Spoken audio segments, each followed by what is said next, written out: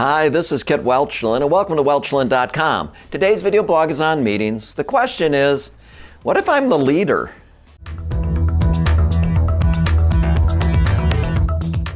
Whenever I'm in a leadership role, and that's often, and leading meetings, I always worry that I'm forgetting something. I really worry, so I cross my fingers and click my heels and hope all goes well.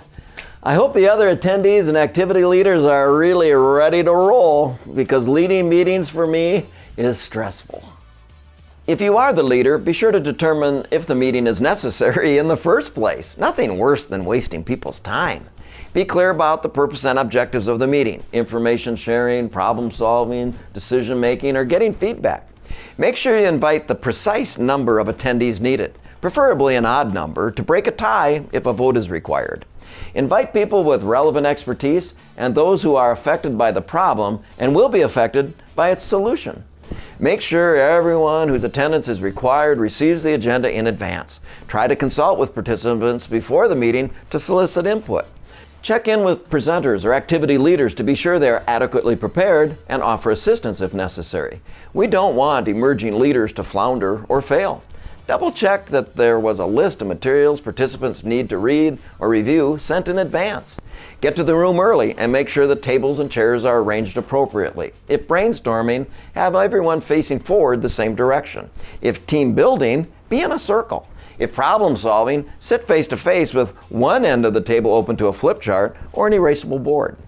Check to make sure equipment is working, the temperature is comfortable, and noise and distraction are minimized. Start the meeting on time, which gives you a pretty good chance to end on time. Provide problem-solving formulas and decision-making models to guide discussion and resolution.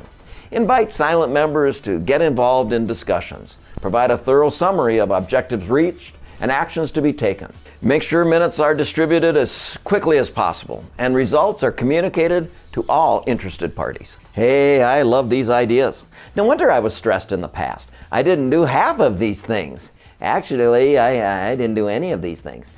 I'm the meeting leader. I need to lead. Thanks for the list.